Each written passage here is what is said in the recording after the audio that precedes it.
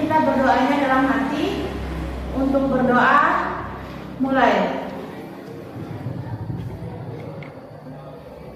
Berdoa selesai. Sebelum kegiatan dimulai, biar kita semangat, ice breaking terlebih dahulu ya. Bu Guru awali dengan ice breaking, yaitu tepuk semangat. Ingat tepuk semangat bagaimana caranya? Kita mulai terlebih dahulu ya. Nanti dilakukan 2 kali tepuk semangat, oke? Biar tambah semangat. Tepuk semangat. Semangat. Luar biasa. Yes. Satu kali lagi. Tepuk semangat. Semangat. Luar biasa. Yes. Oke, terima kasih anak-anak. Hari ini pertemuan kedua ya setelah kegiatan kemarin. Sebelum kegiatan dimulai, Ibu mau nanya kabar dulu terlebih dahulu. Gimana hari ini perasaannya anak-anak? Ada yang sudah berangkat, sudah hadir hari ini? Berangkat semua berarti? Berangkat semua apa ada yang tidak berangkat? Yang tidak berangkat hari ini siapa anak-anak? Didik. Oh, Didik. Terus siapa lagi? LG. Ada lagi? Berarti yang sudah berangkat 3 ya? Ya. Semoga teman-teman kita yang sudah berangkat hari ini disehatkan agar bisa beraktivitas kembali mengikuti pembelajaran seperti biasa. Hari ini, Allahumma amin ya, amin ya rabbal alamin. Hari ini Ibu akan melakukan kegiatan yaitu membuat kesepakatan kelas. Kesepakatan kelas itu sama aja dengan keyakinan kelas. Jadi untuk kesepakatan kelas atau keyakinan kelas nanti dilakukan oleh kita semua satu kelas ini. Jadi kita melakukan diskusi, melakukan kesepakatan apa yang akan kita lakukan ke depannya. Misal dalam kegiatan KBM kita kan pertemuannya 1 tahun ya. Nanti kesepakatan kelas itu bisa kita perbaharui sesuai dengan kesepakatan yang kita ambil. Beda halnya dengan peraturan kelas. Kalau dulu kita kan buatnya peraturan kelas. Kalau peraturan kelas itu kan yang membuat guru, nanti dilakukan oleh siswa atau peserta didik. Tapi kalau untuk kesepakatan kelas atau keyakinan kelas itu nanti kita buat bersama-sama. Kalau sudah ada kesepakatan bersama, itu nanti dilakukan atau dilaksanakan kesepakatannya oleh kelas kita bersama-sama. Nanti untuk kegiatan hari ini, Ibu kasih kertas post-it 1 anak 1. Silahkan kalian tuangkan kira-kira mau seperti apa kesepakatan nanti menjadi keyakinan kelas kita untuk dilakukan. Kira-kira ini kesepakatannya untuk berapa bulan? Atau mau untuk 6 bulan atau 1 tahun atau 1 bulan? Kita buat kesepakatan terlebih dahulu. Apa yang hari ini kita melakukan itu untuk kegiatannya berapa bulan? 1 tahun. Berarti selama kita melakukan KBM di kelas 9 ini ya, berarti 1 tahun. Oke. Jadi nanti kalau sudah ada kesepakatannya berarti kita harus konsekuensi. Konsekuensinya yaitu melakukan apa yang kita sudah kita sepakati.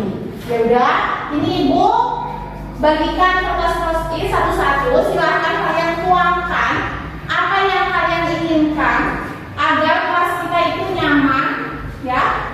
Dalam proses pembelajarannya nyaman, aman dan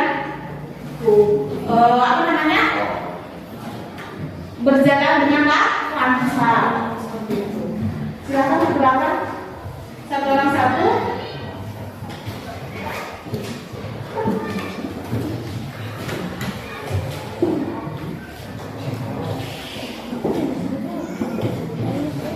Yang sudah dapat kertasnya, silakan boleh langsung menuangkan kira-kira apa yang ingin dibuat kesepakatannya.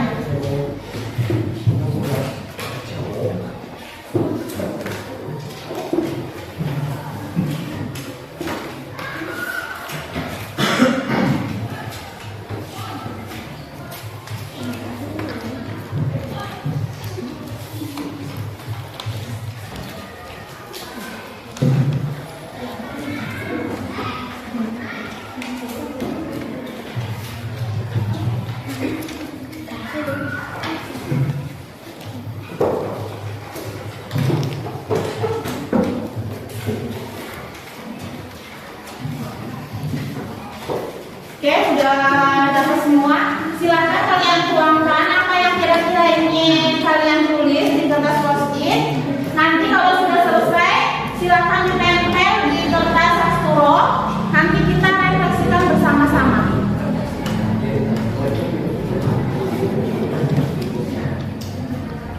Jadi nanti ada lainnya, nanti kalian tulisnya itu berarti di bawah apa? Di belakangnya ya, di belakangnya.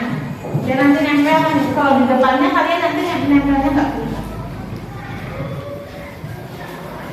Kalau yang sudah, silakan boleh langsung ditempel di kertas asturo. Boleh, monggo. Silakan.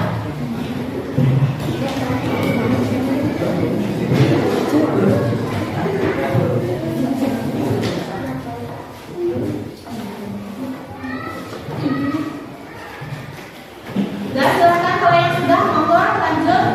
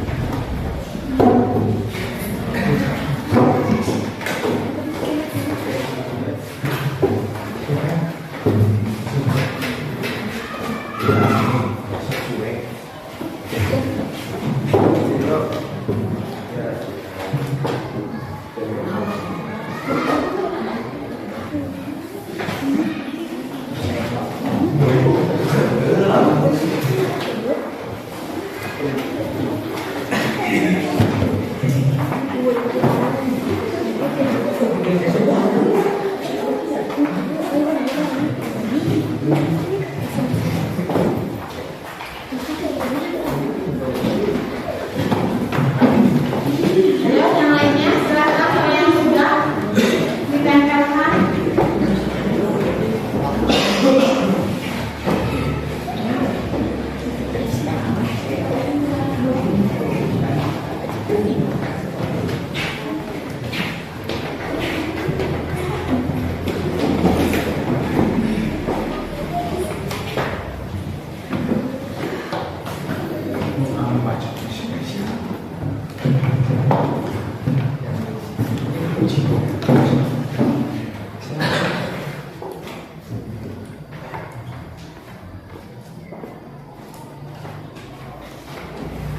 Sudah selesai semuanya? Oh, sudah kalian.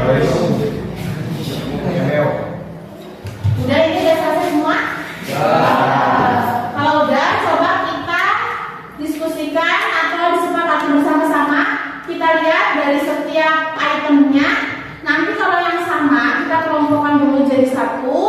Berarti nanti jadi satu kesepakatan. Nanti kalau ada yang kembar lagi jadi satu, baru tinggal nanti kita tentukan dari jumlah kurang lebih 20 itu nanti menjadi berapa kesepakatan kelasnya. Nanti dari kesepakatan kelas itu menjadi keyakinan kelas kita untuk dilaksanakan atau dilakukan bersama-sama. Coba Ibu bacakan terlebih dahulu. Yang pertama, di sini ada dilarang merokok di kelas atau di lingkungan sekolah. Ya. Coba kita jadikan satu dulu saat ini.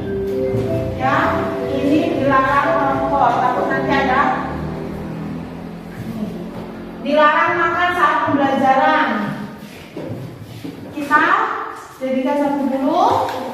Dilarang membawa make up. Satu, tidak boleh membawa alas make up ke sekolah. Berarti sama ya? Berarti menjadi satu kelompok di sini. Dilarang membawa make up, sama Mbak atau sama, berarti kita jadi satu kelompok. Tidak boleh membawa alat make up lagi, berarti ini satu kelompok. Dilarang mencoret-coret meja, ini beda, kita jadikan satu kelompok di sini. Terus berikutnya, tidak boleh ribut ketika guru sedang menjelaskan pembelajaran. Beda ya? Ada yang sama nggak? Tadi dalam makan merokok, beda. Kita jadikan satu kelompok dulu. Tidak boleh berisik pada jam pembelajaran. Sama nggak kayak tadi? Sama ya, intinya tidak boleh ribut atau ini. Berarti ini satu kelompok. Dilarang bobo kecuali tiduran. Berarti ini sendiri ya. Beda. Berarti kalau ini anaknya ini ya. Saya ini di kelas ini ada biar kalau lagi mana? AC. Oh. C-nya kayak L. Laki-laki. Oh, saya ini di kelas ini ada AC biar kalau lagi panas terik tidak gerak. Berarti ini beda. Berarti tentang kenyamanan. Beda. Tidak boleh berisik di kelas saat pembelajaran. Sama ya, yang berarti dikelompokkan di sini ya. Lanjut. Berikutnya, saat pembelajaran dimulai tidak boleh makan dan minum. Tadi udah ada ya? Nih, di sini.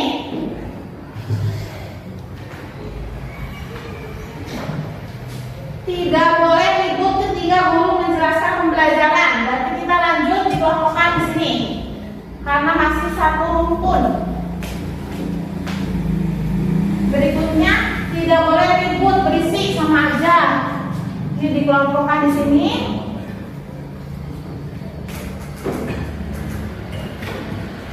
Saat pembelajaran dimulai tidak boleh makan dan minum. Berarti tadi ada. Nih, tidak boleh makan dan minum. Tidak boleh mencoret-coret dinding. Tadi sudah ada ya kayaknya. Meja dinding, berarti itu kan sama aja alat apa namanya? Sarkas ya. Kita jadikan satu aja ya, satu kelompok.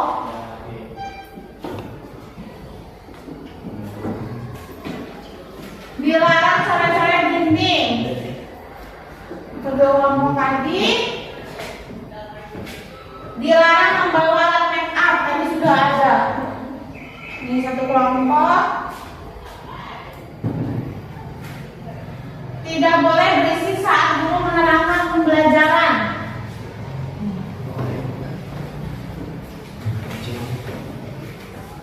Tidak boleh membawa alat make up.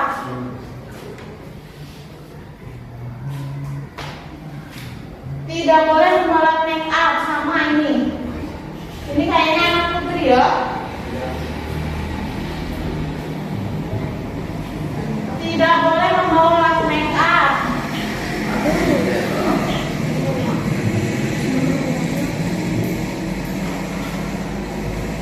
Tidak boleh merokok.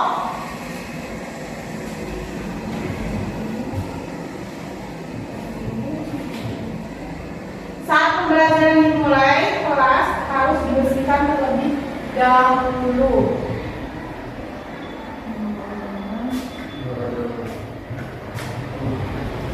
Ini dulu ya.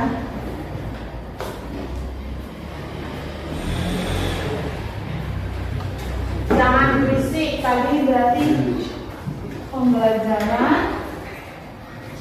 Lanjut, ini yang terakhir. Piket secara bergantian dilakukan setiap hari. Tadi tentang kebersihan. Ya, ini sudah saya kelompokkan. Berarti ada 1, 2, 3,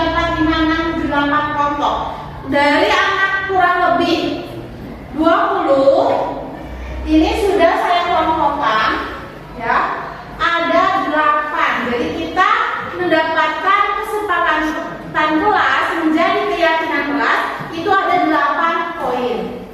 Kalau kalimatnya dilarang merokok, dilarang makan, dilarang makan, dilarang minum, itu kan berarti aturan, ya. Sedangkan yang akan kita buat itu adalah kesepakatan kelas atau keyakinan kelas. Jadi menggunakan kalimat positif, jangan menggunakan kalimat larangan.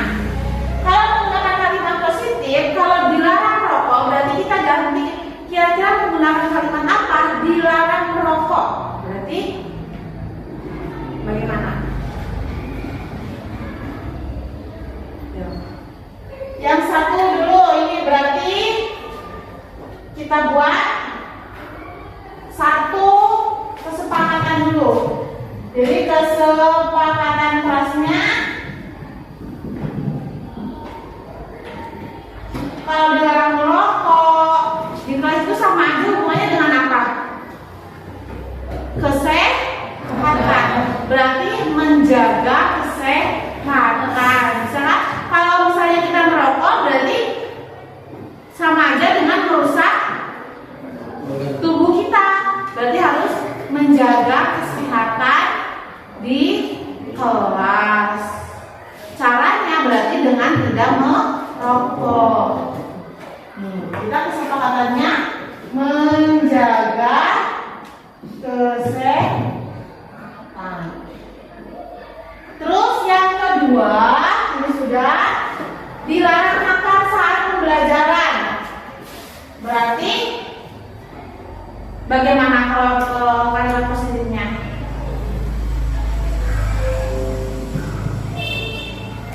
Ini sama enggak hubungannya?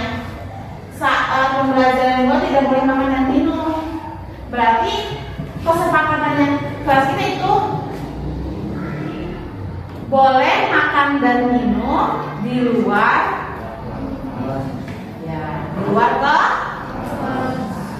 kan ini di dalam kelas tidak boleh, berarti boleh makan dan minum di luar kelas.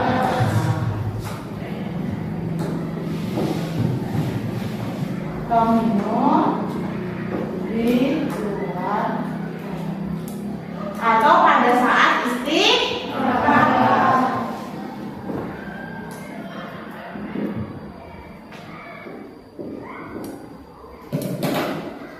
Terus kesepakatan yang ketiga, dilarang membawa make up. Berarti kalimat positifnya bagaimana? Berhias atau berhias tidak berlebihan. Maksudnya berhias tidak berlebihan apa? Tidak pakai eyeshadow, pakai lipstick atau yang lainnya, ya kan? Kalau anak sekolah kan nggak boleh. Berarti kalau dilarang membawa makeup berarti kita harus berhias sewajarnya atau biasa, ya. Berhias sewajarnya. Berarti ini jadi satu, kesepakatan yang kedua, ini ketiga, keempat. Dilarang coret-coret meja, dinding. Ini termasuk kebersihan apa enggak? Menjaga kebersihan apa enggak? Terus sama yang ini juga bergantian dilakukan setiap hari, sama enggak konsepnya? Sama. Berarti kita bisa dimasukkan jadi satu ini. Berarti menjaga kebersihan kelas. Jadi kalimat positifnya menjadi menjaga kebersihan kelas. Menjaga kebersihan kelas. Yang kelima, mudah, tidak boleh bersih pada saat jam pelajaran. Kalimat positifnya bagaimana? Ayo. Kalimat positifnya tidak boleh berisik pada saat proses pembelajaran. Berarti apa?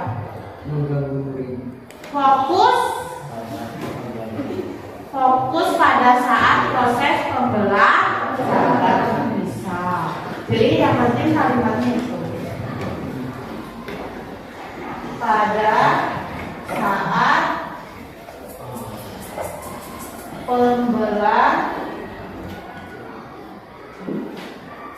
Terus dilarang berarti saya ingin pulang. Ini sama aja dengan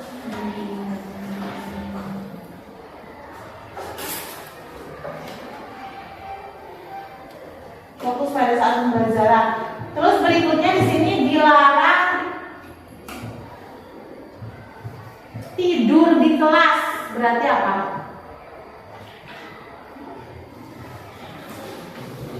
Dilarang tidur di kelas.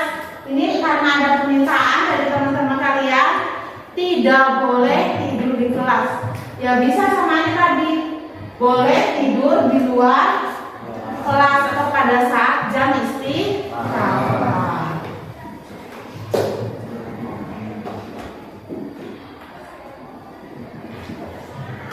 Pada saat jam istirahat. Oke, ini nah. Yang terakhir, saya ini di kelas ini ada AC. Berarti apa? Perlengkapan sarana prasarana, ya.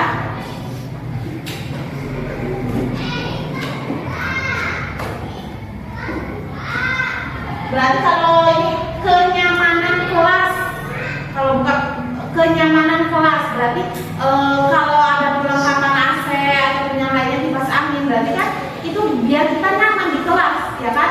Kalimat positifnya bisa diganti menjadi kenyamanan. Jadi ini saya ulang lagi. Yang pertama bareng-bareng, ayo, biar nanti 7 item ini harus kita laksanakan karena ini adalah hasil dari musyawarah atau diskusi kita bersama-sama. Yang pertama, kesepakatan kelas nanti akan menjadi keyakinan kelas. Yang pertama itu harus menjaga kesehatan. Yang kedua, minum di luar kelas atau pada saat istirahat. Yang ketiga, melihat suaranya. Yang keempat, menjaga kebersihan kelas. Kelima, fokus pada saat pembelajaran. Yang keenam, boleh tidur pada saat jam istirahat. Dan yang terakhir, kenyamanan kelas. Ya, semuanya jadi tahu ya. Hari ini kita berdiskusi tentang kesepakatan kelas yang akan menjadi keyakinan kelas kita selama 1 tahun ke depan. Berarti ini harus kita laksanakan bareng-bareng karena ini sudah menjadi kesepakatan kita bersama. Jadi hasil dari diskusi kita ini kesepakatannya ada 7 item. Jadi tolong nanti kalian harus benar-benar melakukan tanggung jawab apa yang sudah kita sepakati bersama. Sebelum Bu Guru akhiri, ada pertanyaan? Kalau tidak ada, Bu Guru akhiri diskusi tentang kesepakatan kelas ini yang kita nanti buat menjadi keyakinan kelas. Saya akhiri. Assalamualaikum warahmatullahi wabarakatuh.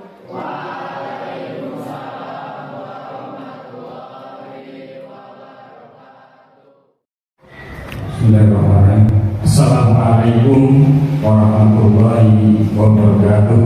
Waalaikumsalam warahmatullahi wabarakatuh. Selamat pagi, salam sejahtera bagi kita semua. Yang terhormat Bapak Kepala Sekolah SMP Negeri 1 Pramuju, yang kami hormati calon guru penggerak Ibu Sianti SPD Angkatan ke-9, yang kami hormati Bapak Ibu Guru SMP Negeri 1 Pramuju. Bersyukur dikauli alhamdulillahirrahmanirrahim kita panjatkan kehadiran Tuhan Yang Maha Esa, Allah Subhanahu wa Ta'ala, atas segala limpahan rahmat taufik serta hidayahnya, hingga pada pagi hari ini kita semua dapat berkumpul di ruangan ini dalam rangkaian acara pemaparan calon guru penggerak dalam hal ini yakni acara diseminasi budaya positif yang pada kesempatan ini menampilkan tema yakni menyebarkan pemahaman dan penerapan pengalaman. Bapak Ibu yang saya hormati, sebelum acara dimulai, izinkanlah pada kesempatan ini saya akan memandu acara ini. Acara yang pertama yakni pembukaan.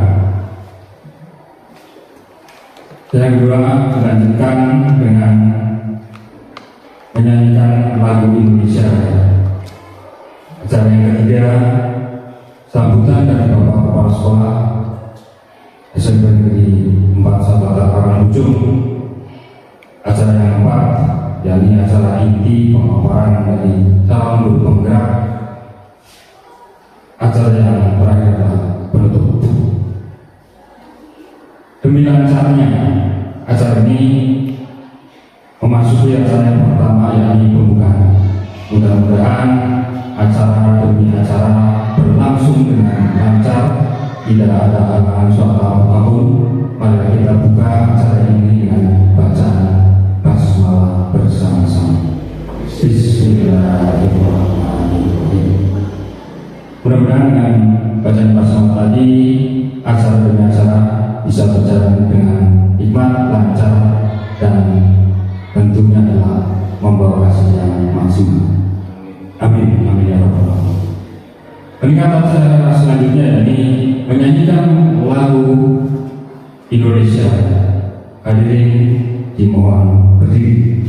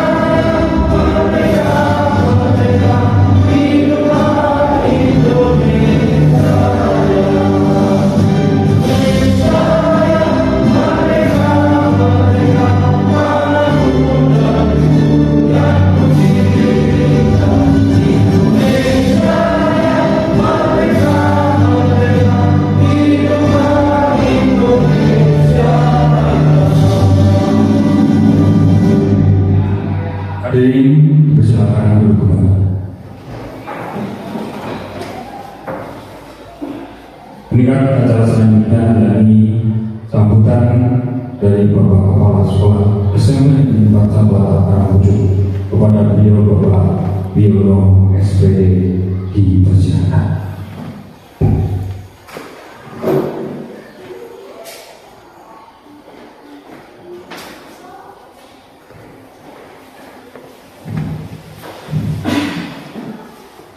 Assalamualaikum warahmatullahi wabarakatuh.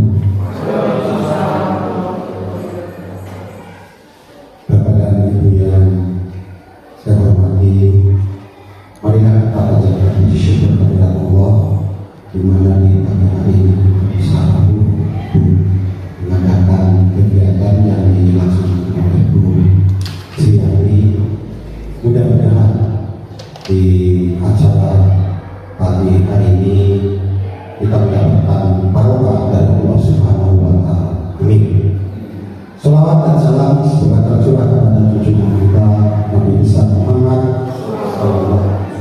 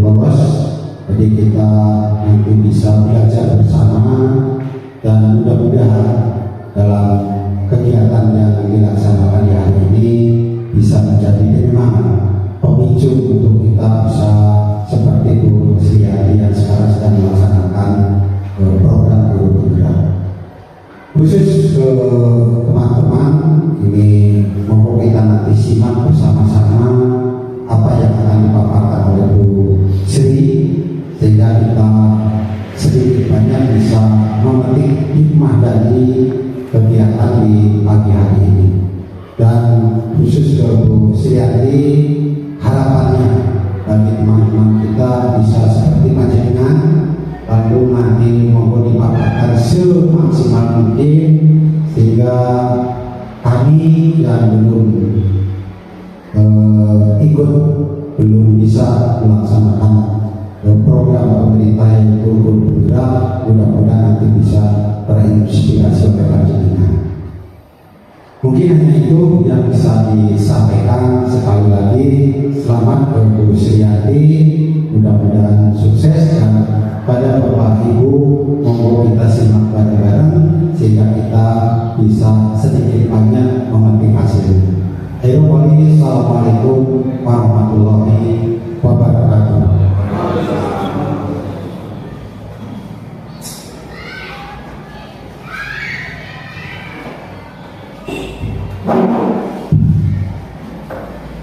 Terima kasih Bapak Kepala Sekolah yang telah menyampaikan sambutannya. Meningkat acara selanjutnya yakni pemaparan dari calon guru penggerak angkatan ke-9 10 dari Bu Sriyanti SPD. Beri tepuk tangan dulu buat Bu Sriyanti. Silakan kepada Bu Sriyanti SPD untuk menyampaikan seluas-luasnya, secukup-cukupnya kepada beliau Bapak. Kepada Bu Sriyanti SPD dipersilakan.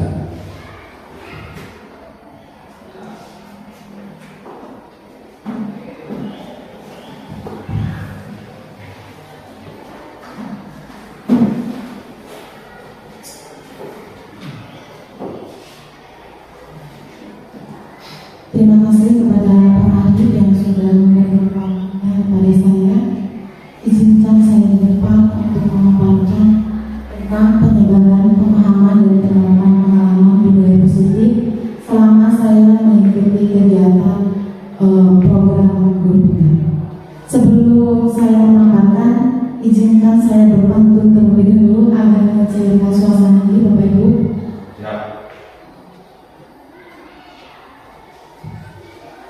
Kelapangan mengembara keledai, bawa unta ke tengah gurun. Sebelum acara kita mulai, izinkan saya membawakan pantun. Ambil kayu untuk membuat meja. Kayu disatukan dengan paku. Sebelum presentasi dibuka, ucapkan salam terlebih dahulu. Assalamualaikum warahmatullahi wabarakatuh.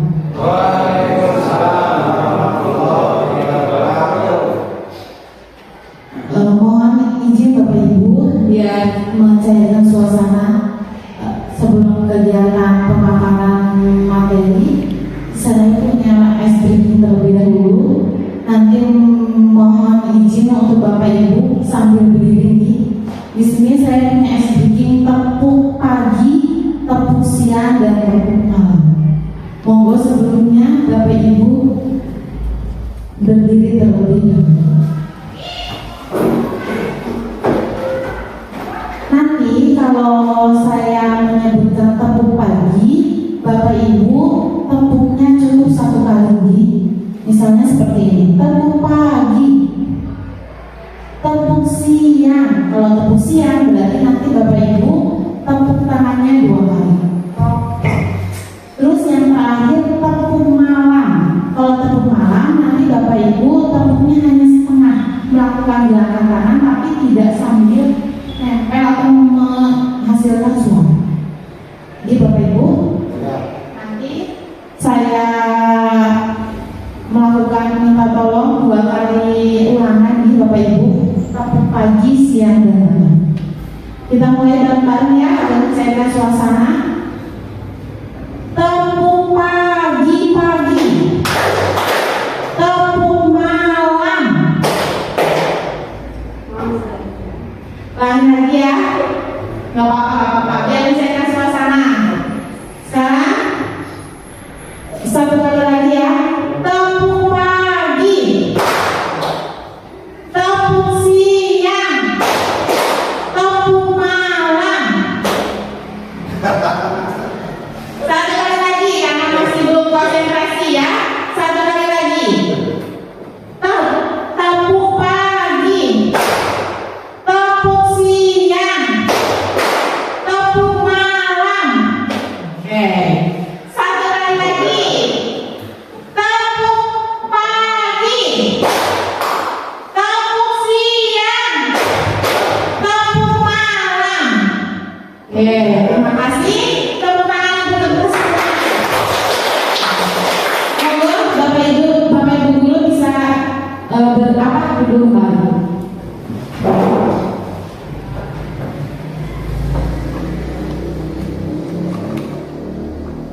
Jadi di sini saya akan memaparkan tentang budaya positif. Jadi selama saya mengikuti program guru penggerak, ini ada materi tentang budaya positif. Alhamdulillah saya sudah menyelesaikan modul 1. Jadi di dalam modul 1 itu terdiri dari 4 item. Jadi ada 4 modul yang saya sampaikan. Budaya positif ini termasuk modul keempat. Sekarang di minggu ini saya sudah menginjak ke modul kedua. Jadi budaya positif itu sendiri ini merupakan perwujudan dari nilai-nilai atau keyakinan universal yang diterapkan di sekolah. Budaya positif ini bisa mendorong peserta didik atau murid untuk mampu berpikir, bertindak akan mencipta sebagai proses memerdekakan dirinya sehingga murid mampu mandiri dan bertanggung jawab.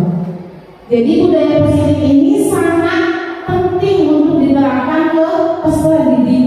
Nanti akan membuat peserta didik ini lebih bertanggung jawab, lebih mandiri, kreatif, inovatif, seperti itu.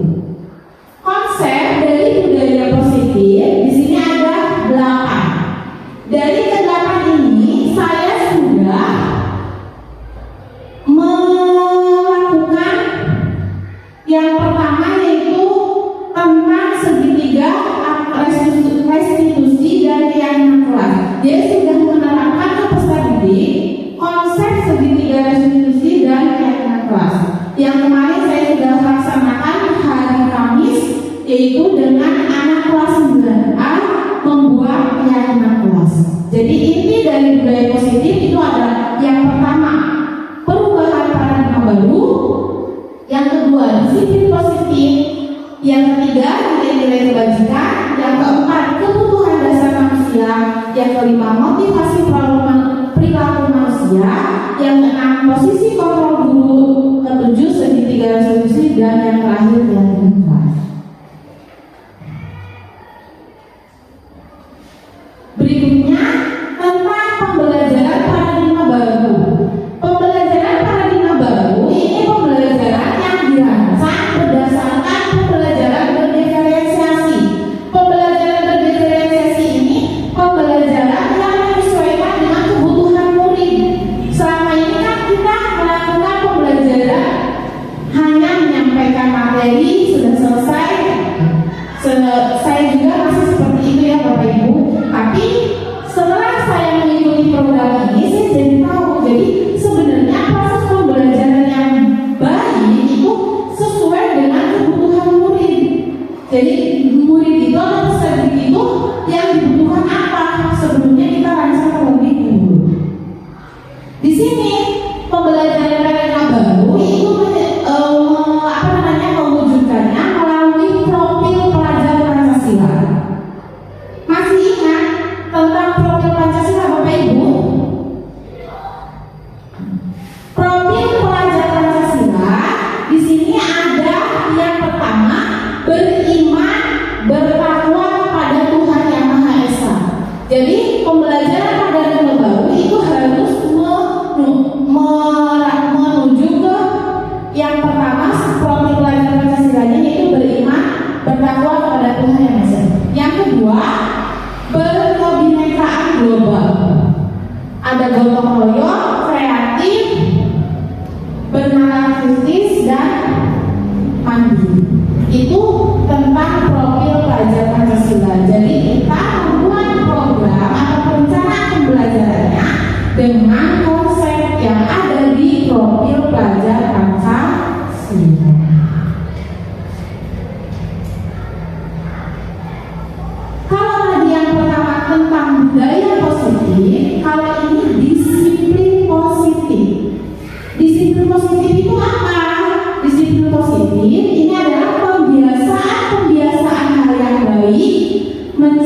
sikap ataupun perilaku maupun tutur kata oleh seluruh warga di sekolah. Jadi kalau seluruh warga sekolah itu berarti bukan hanya peserta didik saja, berarti semuanya, bapak ibu guru, karyawan, dan peserta didik berarti itu termasuk. Jadi biasanya kan konsepnya yang saya tahu sebelum saya mengikuti program guru penggerak itu kan kita fokusnya ke siswa-siswa dan ke siswa peserta didik. Tapi di sini disiplin positif itu keseluruhan warga sekolah. Tapi di sini ya terutama itu lebih jauhnya kepada murid, tapi luasnya cakupan luasnya itu semuanya. Agar dapat berkembang menjadi pribadi yang kritis, mandiri dan bertanggung jawab. Selain itu, sebagai pendidik atau sebagai guru, kita memiliki tujuan. Yang pertama itu menciptakan peserta didik yang memiliki disiplin diri.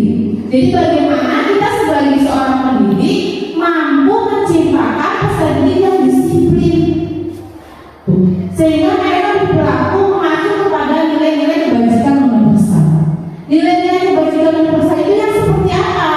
Nilai-nilai kebajikan universal itu misalnya kejujuran, peduli, empati, saling menghormati, itu nilai-nilai kebajikan. Jadi kita sebagai pendidik atau sebagai guru harus menciptakan peserta didik yang memiliki disiplin diri, nanti mengacu kepada nilai-nilai kebajikan universal, dan memiliki motivasi dalam diri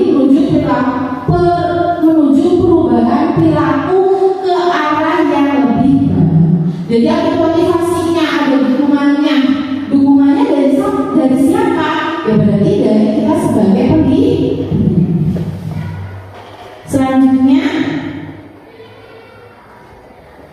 Selanjutnya yaitu kebutuhan dasar manusia.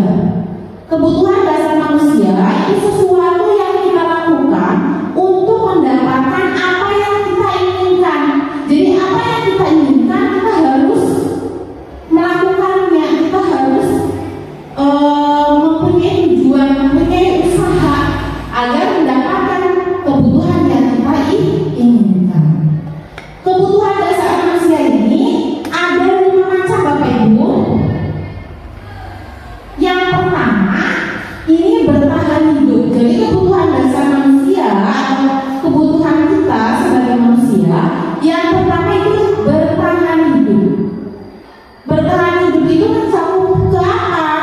Ya, makanan, pakaian, tempat tinggal, dan kesehatan. Ini mencakup kebutuhan dasar yang bertahan hidup.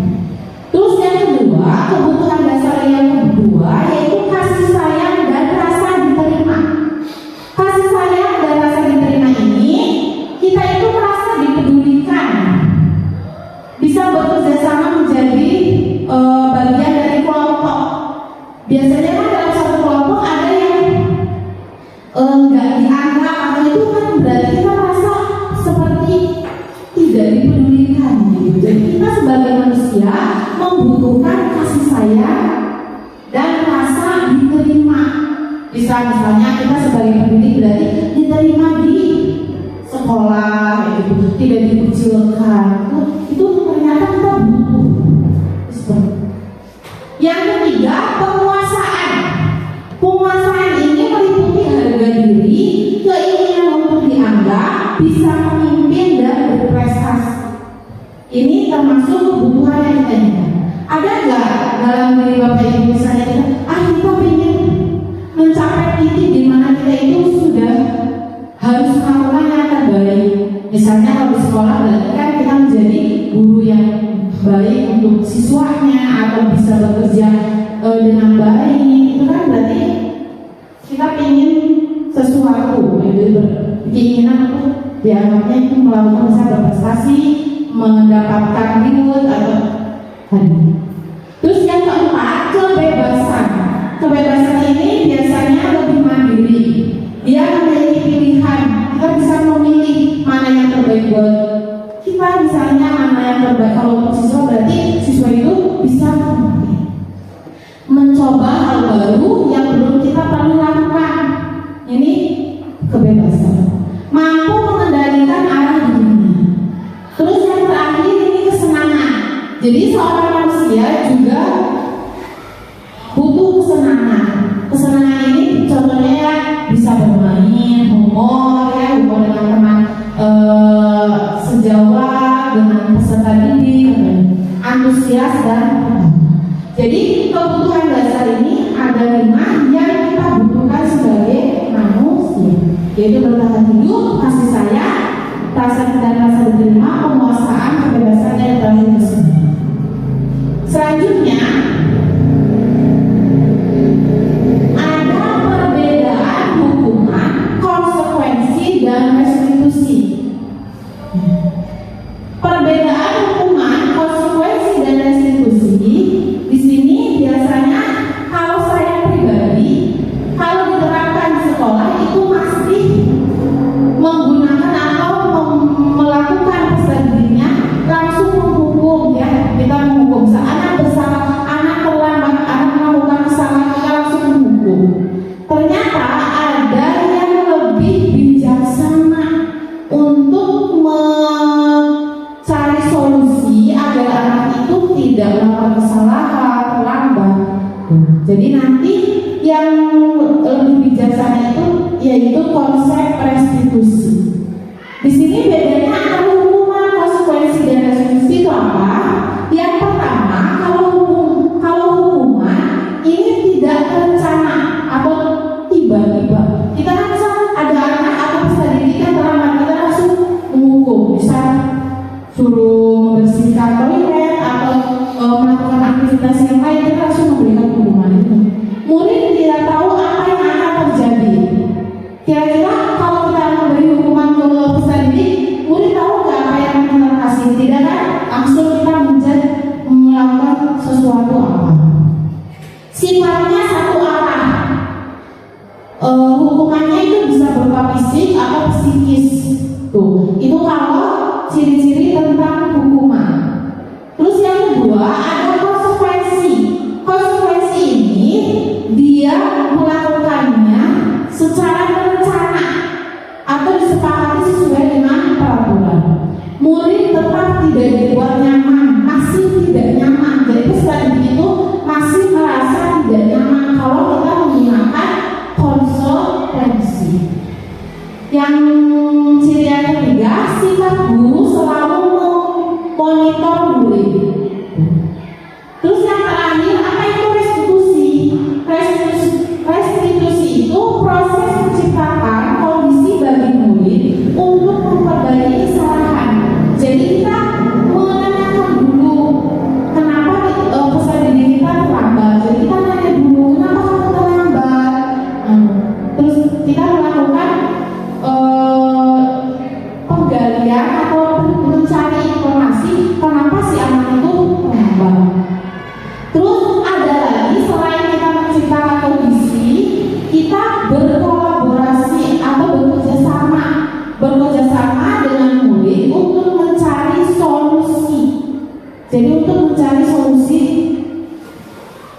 kenapa si anak ini terlambat, berarti kita mencari solusinya. Misalnya anak tersebut alasannya dia tidak bisa bangun pagi, berarti kita mencari solusinya bagaimana caranya si peserta didik tersebut agar bisa bangun.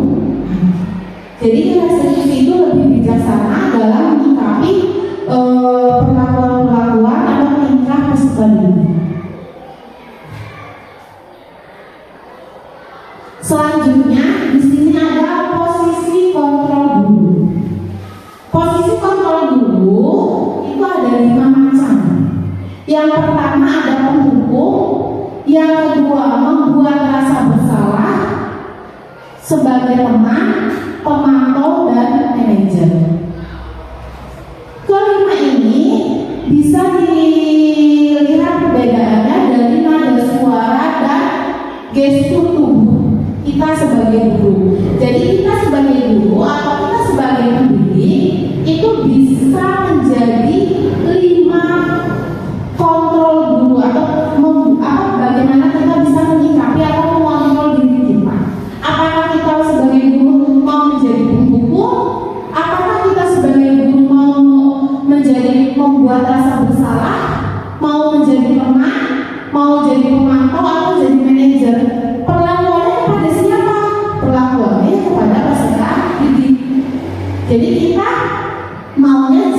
sebagai apa? Kita mengontrol diri kita itu mau menjadi seperti apa kepada peserta didik. Jadi ini ada 5 macam.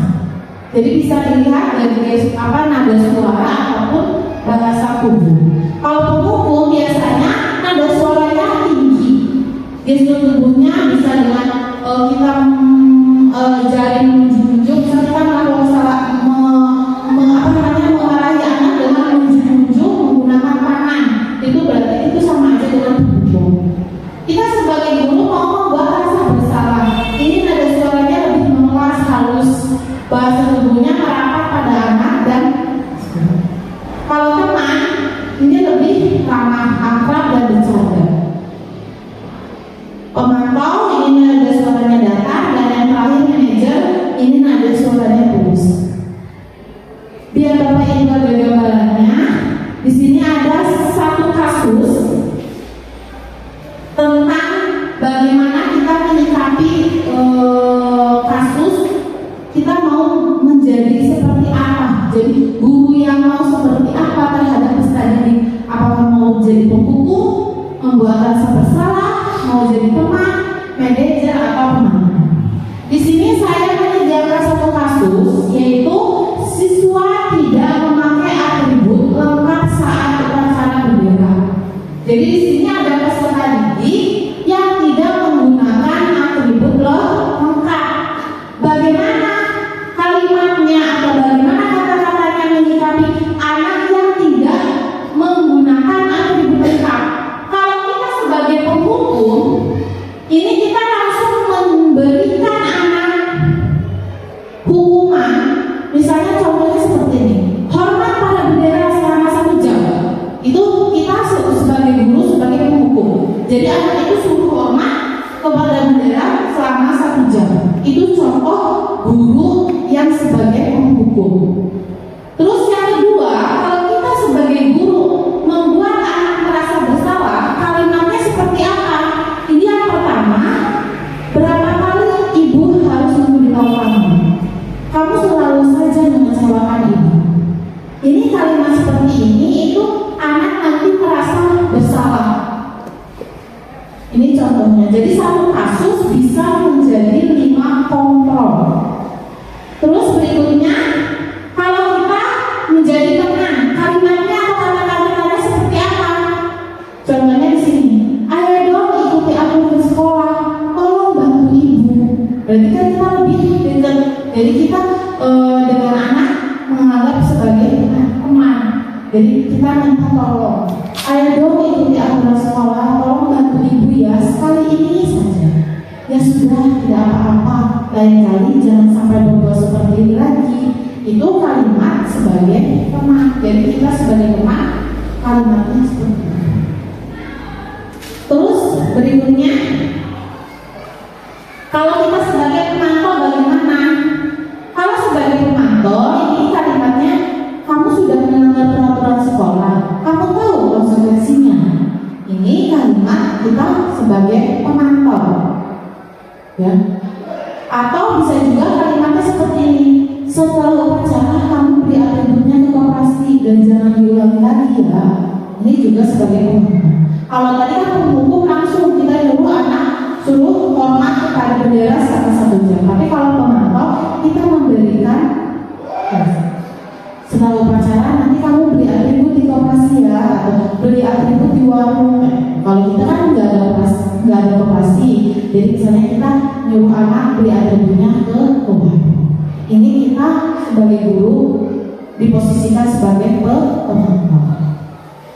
Yang terakhir, kalau kita sebagai manajer di sini, apa kamu tahu kesalahanmu? Kira-kira bagaimana kamu memperbaiki kesalahanmu? Jadi kita lebih halus. Jadi kita nanya.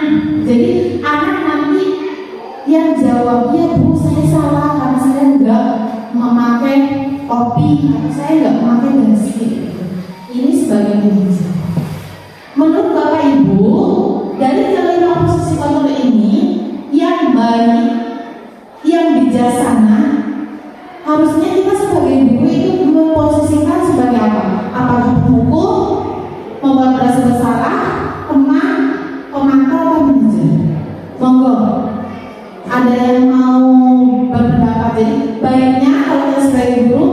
seperti apa?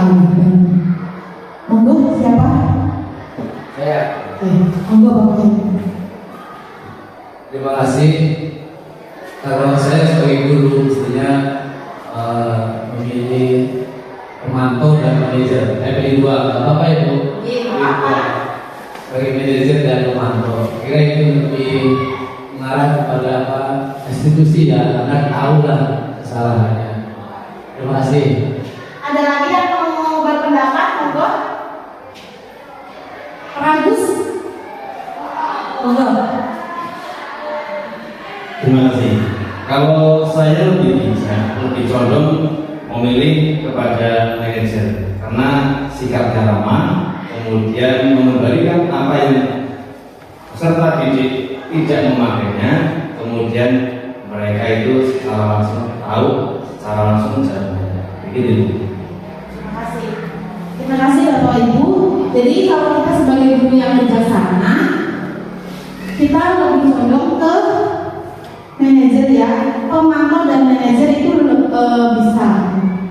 Pemantau dan manajer itu bisa. Tapi lebih bijaksana lagi kalau kita sebagai manajer.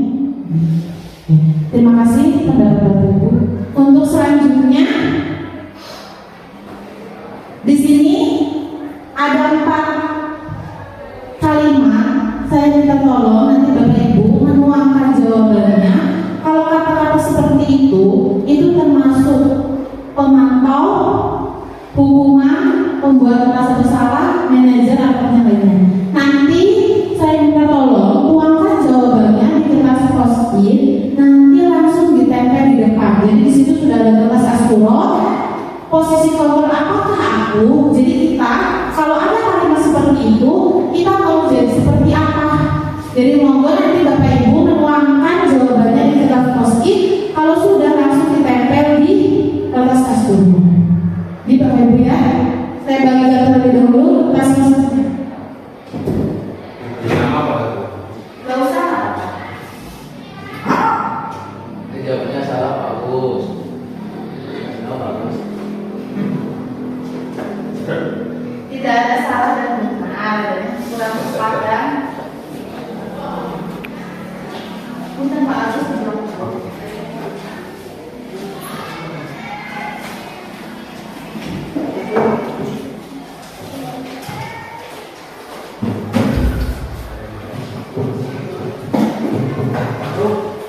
Ya, monggo. Monggo Bapak Ibu itu yang pertama ada kalimat saya kecewa sekali dengan kamu. Itu kira-kira kita sebagai guru memposisikan jadi apa? Terus yang kedua, kamu tidak pernah benar melakukannya. Ayolah lakukan demi Bapak Ibu ya. Kamu tidak pernah mendapatkan jika tidak mengerjakan tugas. Itu kita kalau jadi guru posisinya sebagai apa? Mau jadi pemantau, manajer, hukum, pemantau. Kalau sudah boleh langsung ditempel di depan.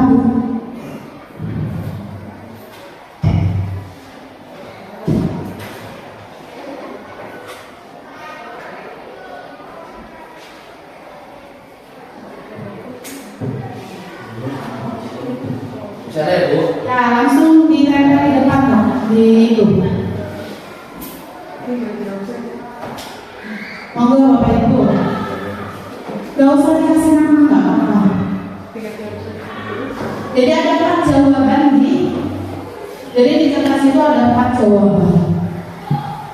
Kita mau jadi apa saja.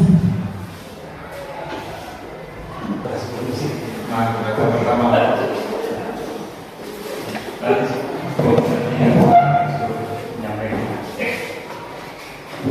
Sudah ini tes semua?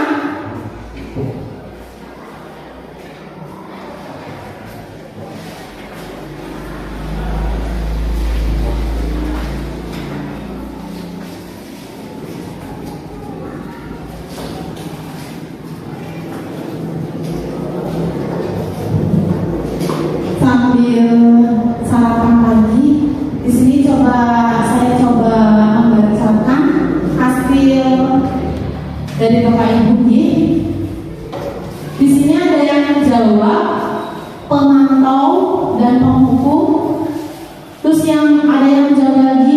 membuat merasa bersalah. Ini nomor satu ada yang jawab membuat merasa bersalah. Terus berikutnya lagi ada yang jawab menghukum. Nomor satu. Nomor dua pemantau. Yang ketiga manajer. Dan yang keempat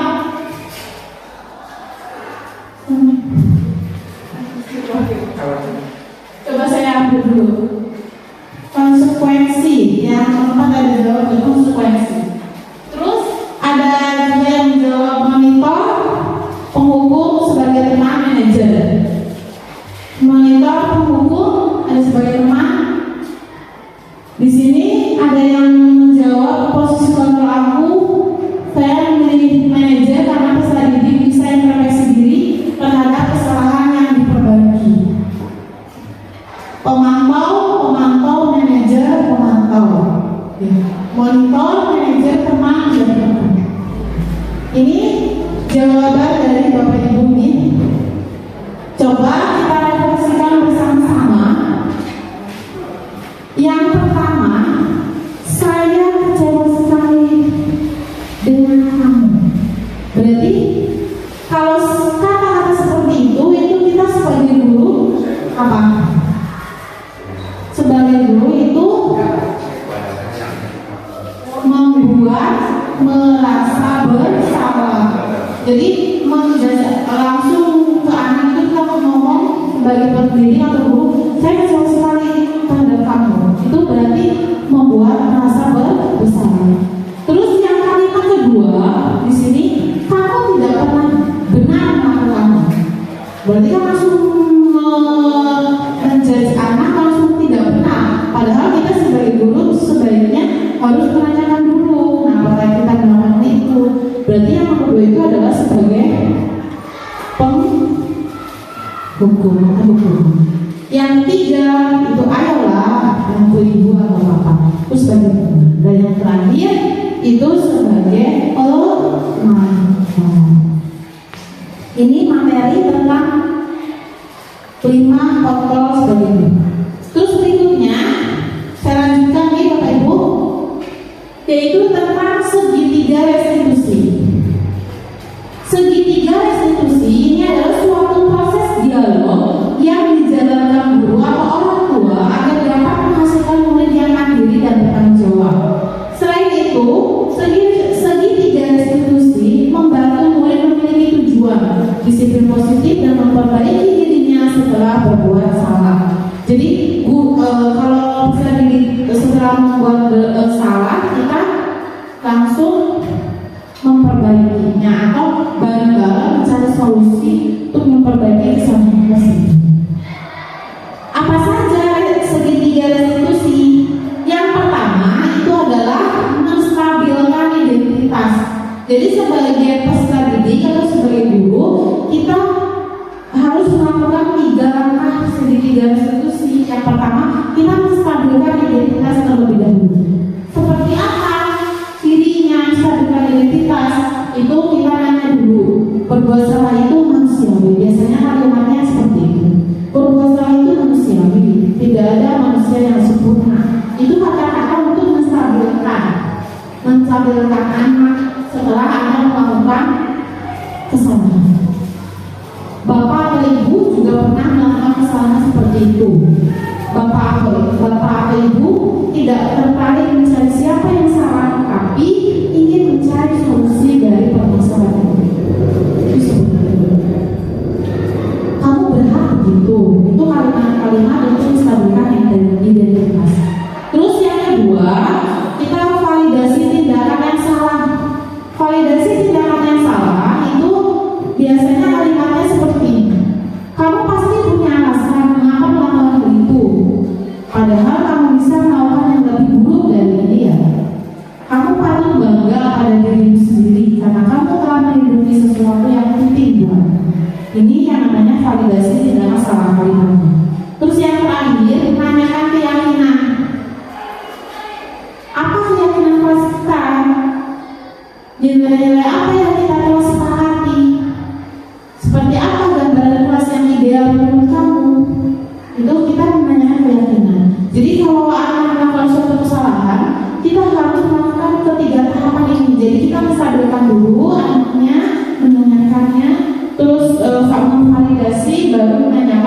keyakinan.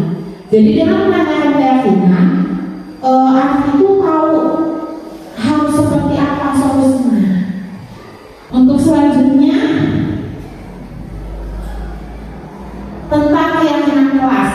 Keyakinan kelas ini juga sudah saya terapkan kepada anak. Kemarin saya sudah praktek dengan anak dengan kelas 9A. Apa itu keyakinan kelas?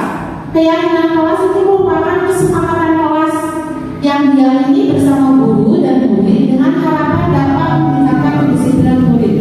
Selama ini kita hanya membuat peraturan kelas. Peraturan kelas itu kan biasanya kita yang buat, guru yang buat, anak suruh melakukan peraturan tersebut. Tapi kita ada paradigma baru yang harus lebih bijak terhadap anak. Jadi itu ada yang namanya keyakinan kelas. Jadi keyakinan kelas ini bukan peraturan kelas. Itu keyakinan kelas ini biasanya dibuat, disetujui, didiskusikan terlebih dahulu antara anak dengan guru. Cirinya dia kalau keyakinan kelas bersifat abstrak, berupa pernyataan universal, dibuat dalam pernyataan positif. Jadi kalimatnya itu positif, bukan negatif. Dilarang merokok, itu kan peraturan. Tapi kalau yang keyakinan kelas itu dibuat positif. Berarti kalau dilarang merokok itu sama aja dengan berarti kita menjaga kesehatan, karena dengan merokok mengganggu kesehatan. Sedikit saja agar mudah diingat. Jadi keyakinan kelas itu sedikit. Kalau peraturan kan banyak, blok. Kalau keyakinan kelas itu lebih sedikit. Sesuai dengan kondisi kelas dan sekolah sehingga mudah diterapkan. Jadi apa yang anak tuangkan pada saat diskusi, yaitu jadi kesepakatan kelas. Nanti kesepakatan kelas itu menjadi suatu keyakinan kelas. Kalau kita sebagai guru berarti kan kita dengan anak, atau kita juga bisa sama sesama guru atau dengan karyawan itu membuat keyakinan kelas juga bisa. Itu seperti itu. Keyakinan kelas. Sebelum membuat keyakinan kelas dengan anak-anak, saya membuat rancangan terlebih dahulu. Saya mensosialisasikan terlebih dahulu dengan Bapak Ibu guru mau melakukan pembentukan keyakinan kelas. Ini dokumentasinya. Terus mohon maaf saya tidak mengupload videonya karena videonya durasinya panjang sekali, belum saya edit. Jadi di sini hanya ada dokumentasinya. Jadi kemarin saya sudah melakukan dengan anak kelas 9 ini tentang keyakinan kelas. Hasilnya setelah diskusi, jadi ada setelah diskusi dengan anak dan diyakini, disetujui, ini ada menghasilkan 7 keyakinan kelas. Seperti itu.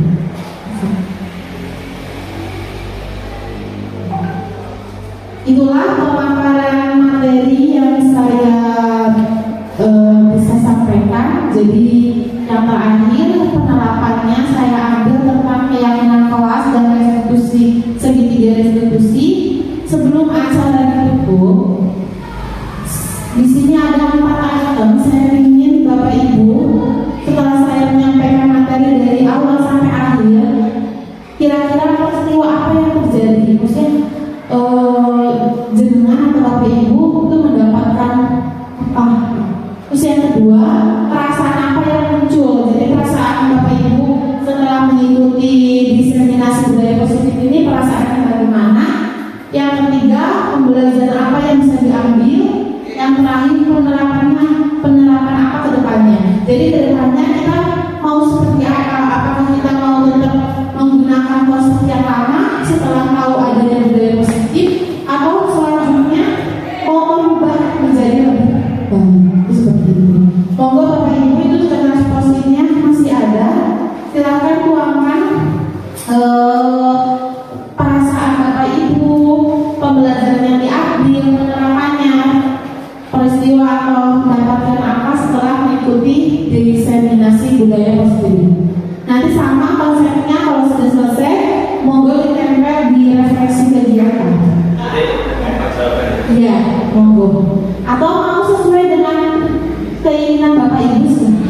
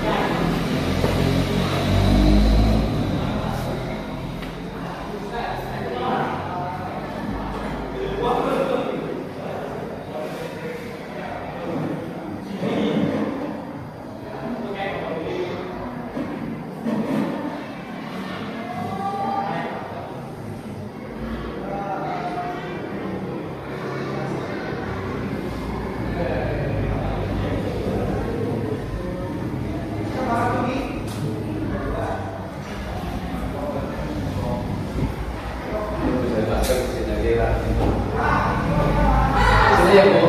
Iya, itu sudah ada. Monggo. Kalau yang sudah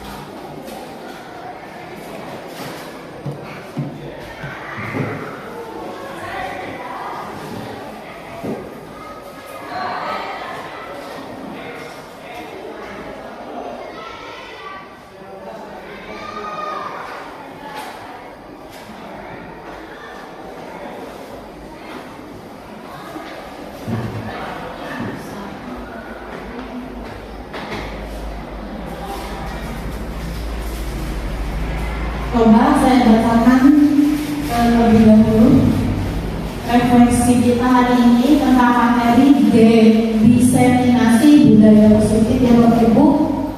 Coba yang pertama di sini saya ambil satu. Ada yang menjawab yang pertama, pentingnya menjadi seorang guru yang bisa menerapkan budaya positif. Yang kedua, merasa belum menjadi guru yang sepenuhnya setelah mengikuti kegiatan. Saya berharap semoga bisa menerapkan budaya positif dan bisa merubah proses terutama dalam pembelajaran yang sudah saya lakukan. Yang keempat, membuat anak menjadi nyaman ketika mengikuti pembelajaran saya. Ini ada yang menjawab seperti ini. Yang kedua, ada juga yang menjawab belajar dengan senang, lebih bersemangat, siswa bisa menjadi teman agar banyak belajar. Ada lagi yang menjawab pengalaman dan pembelajaran dalam didik mengganti dan memberikan yang lebih baik dan belajar. Introspeksi buat diri pribadi menjadi yang keempat menjadi lebih baik. Ada juga yang menjawab saya merasa bangga dan bersyukur, motivasi untuk perubahan, pola restitusi dalam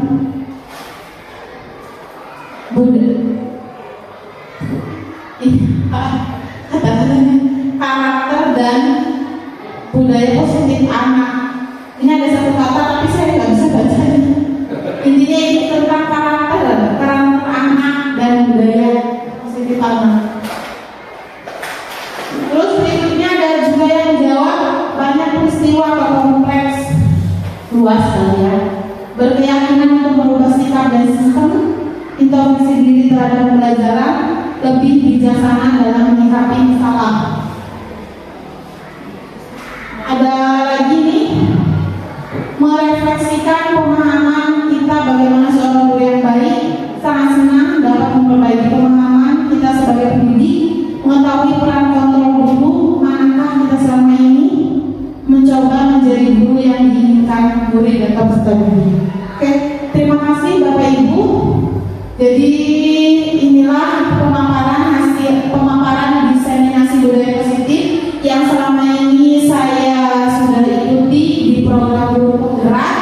Di sini budaya positif itu ada di modul 1 ya.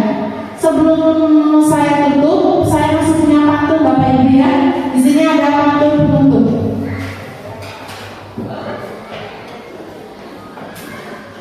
Hari Jumat memungut kerang, tumis sedikit buat arisan. Mohon maaf jika ada yang kurang, mungkin presentasi saya tak berkesan. Pantun yang kedua, biru laut seperti kolam, ikan paus pandai menyelam. Dari lubuk hati yang paling dalam, saya tutup presentasi dengan salam. Assalamualaikum warahmatullahi wabarakatuh. Waalaikumsalam warahmatullahi wabarakatuh. Waktu dan tempat saya kembalikan ke Pak Arif ya. Monggo Pak Arif.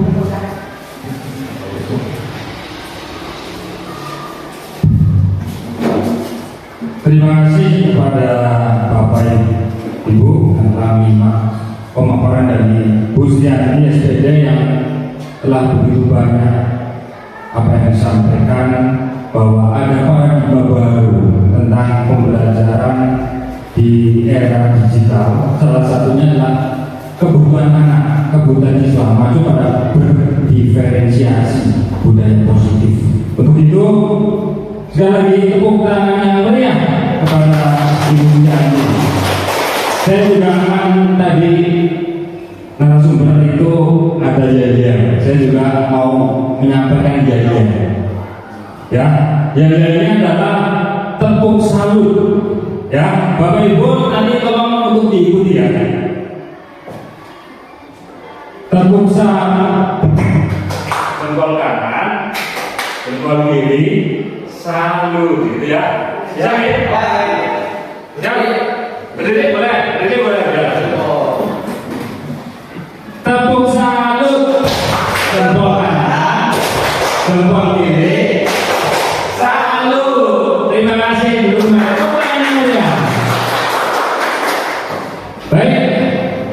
acara demi acara sudah berlangsung dengan lancar.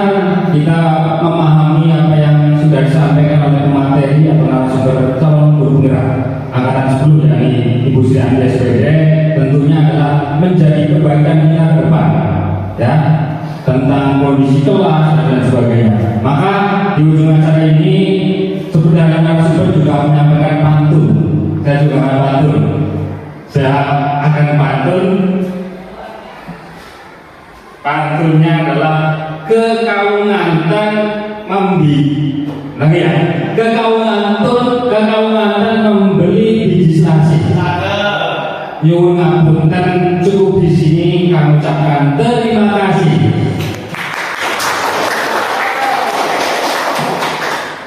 Mungkin saya selaku pembawa acara atau moderator, manakala dalam memandu acara ini banyak sekali kesalahan, banyak sekali tutur kata yang kurang pas. Saya mohon maaf yang sebesar-besarnya. Marilah kita tutup acara ini dengan bacaan